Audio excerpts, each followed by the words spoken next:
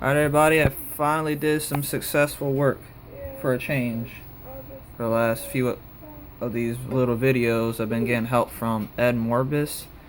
Anyway, I got this little motor here that I've had for a while. I didn't know that this motor could spin this shaft and everything because there's a lot of torque and this is such a small motor. I wasn't sure if it could do all that, but I tested it out a few times. I got it up once to 122 volts, and then I don't know, the stuff I had, like, it has to do with torque and weight and stuff. Like, I had originally this like piece of rubber and this fitting onto here and a few C-clamps, like hose clamps, but for some reason I think the weight and all that was taken away from the motor.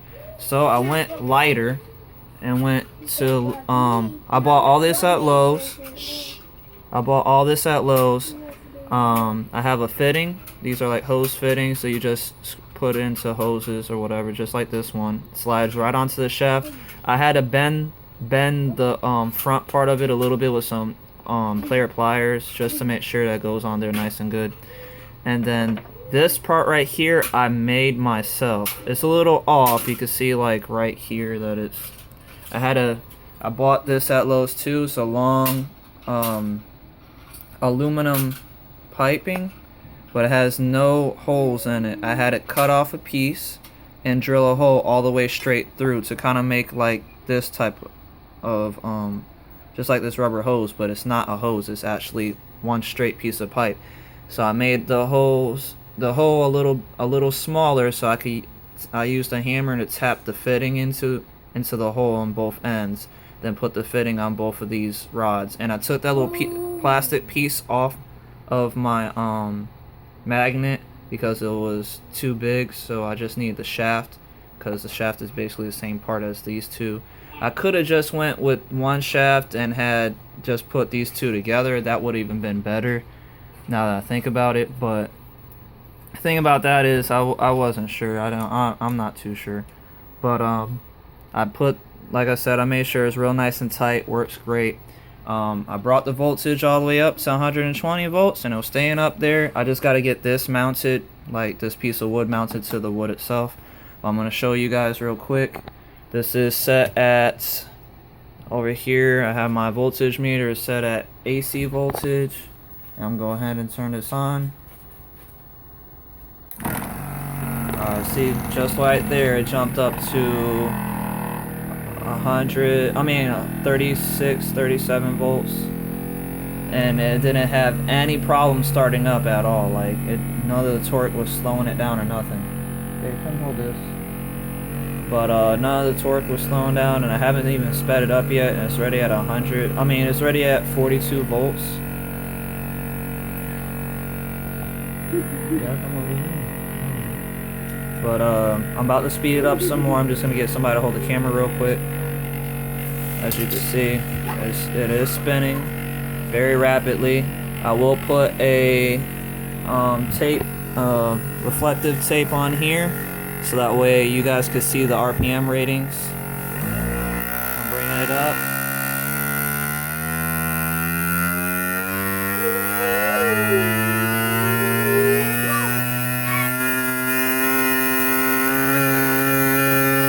As you can see, that is 122 volts right there.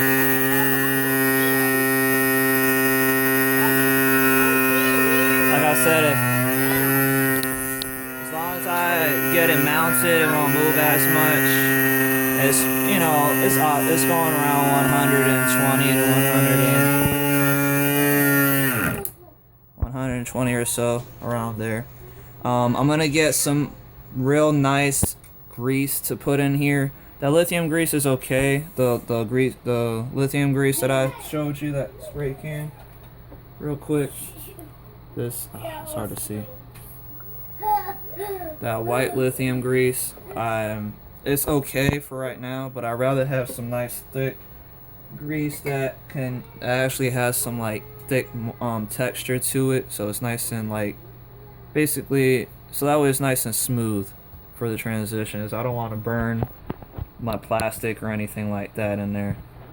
I'm gonna put some in real quick just to show the difference, because I wiped when I went to Lowe's. I brought all my stuff with me, and I wiped my cylinder thing out. Like, see how it's like it doesn't really have any grease on it right now. So I basically wiped all that out. Let's shake this up a little bit. It'll probably spin even faster.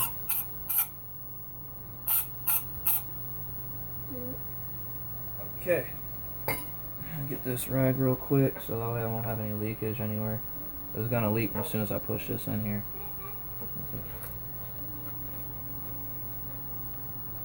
You're gonna leave to push that in there? Spin it up a little bit. Hold on.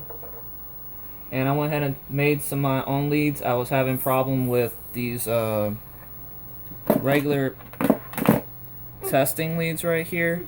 They can't hold the amperage. Like, the amperage was just too strong, I guess, for those little wires. So they were melting, kind of.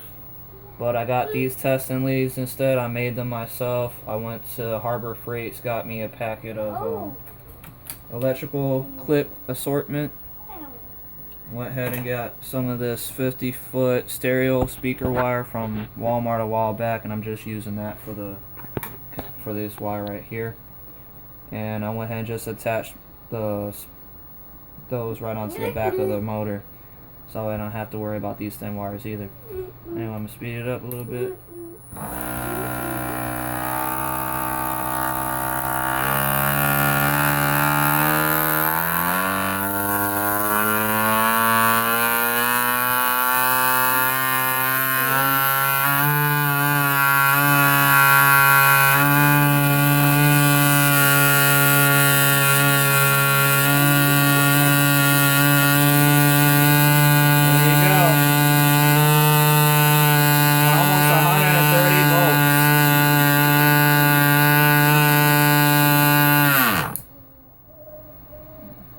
And I'm not even sure how much voltage I'm putting in here, because remember, this is a speed control. It's pulse width modulation. It's PWM, and this is set at 27.1 volts. But when it comes to PWM, it's pulse width. So I'm basically starting off at 0 volts and bring the voltage up, and it's like on off the whole time. So in a minute I'll do some more testing and make another video later and show you how much voltage is actually going into this motor, because then I'll know exactly how much volts I actually need, because I may not need the whole 27 volts. And plus, I'm not even halfway up. Like, halfway up I think is what got me up to that 120 volts of electricity. So like I said, I'm gonna keep doing some testing. This has finally been a success. I'm going to do one more thing before I cut off the video. Is now that I got that working to 120 volts, I'm going to go ahead and take my clip leads off and attach this LED light right here and see if I can get that to even turn on. So as you can see, I got this white wire that goes to this lamp light holder socket, and my white lead right here will go to this red one, so that's basically a positive side, and then my negative right here go to this negative one right here. And let's see if I can get this light to even turn on. And what I'll do too, I'll go ahead and just attach these to the middle of that so I can actually watch the voltage and everything, because I want to see if I got the voltage going right. So I'll attach, hold on.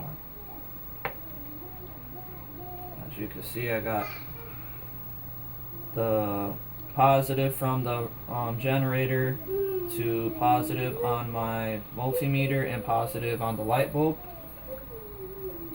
and the negative right here I will have on my negative side. so you guys can see all that. Alright, I'm gonna turn it on one more time and see if this light right here turns on.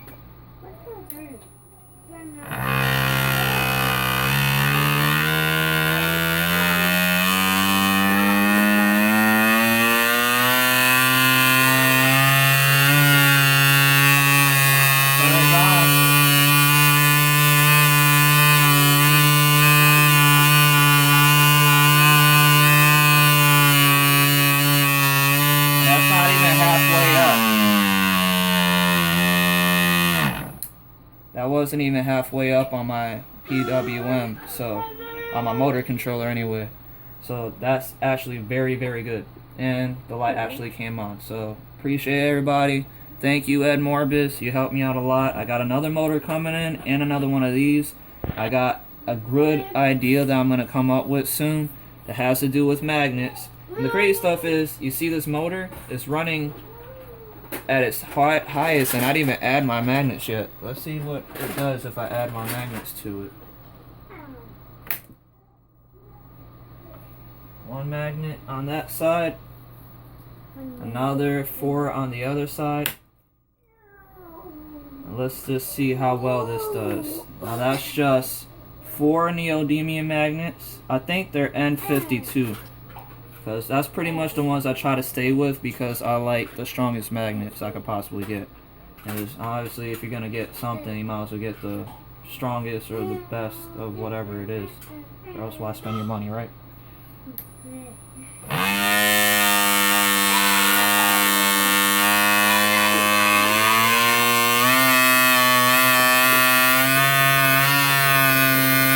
It's even lower. I even got it's lower now.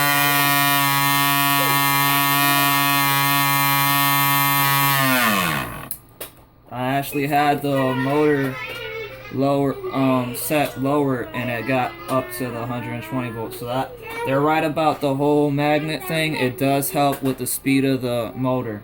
So that's another thing I just tested for you guys. Appreciate everybody. Thank you, Ed Morbis, and like, subscribe. Let me know what you guys think. Give me any extra ideas or clues about all this. I mean, I'm still testing, so if you guys have anything you want to let me know about. And oh, this right here, I don't know if you guys are wondering what this is. This is that jewel ringer circuit I made a while back, and it's hooked up to my power supply, and it's set at like basically 18 volts, and that's what this light is running off of. So I'm already saving power just having this whole setup. This is like a whole power saving generator setup. As you can see, this one power supply is powering this to light up that light, and this to light up this light. So, and I'm not even using that many volts, like, so all this is power save. This is like a power saving generator, like, all together for everything. Anyway, like I said, like, subscribe. Any hints or clues or anything you guys want me to do with this setup, or any like suggestions, I would appreciate it, because like I said, I'm still testing. So if you guys give me a good idea, I'm gonna go with it and test it out and see. So I appreciate everyone. Thank you and goodbye.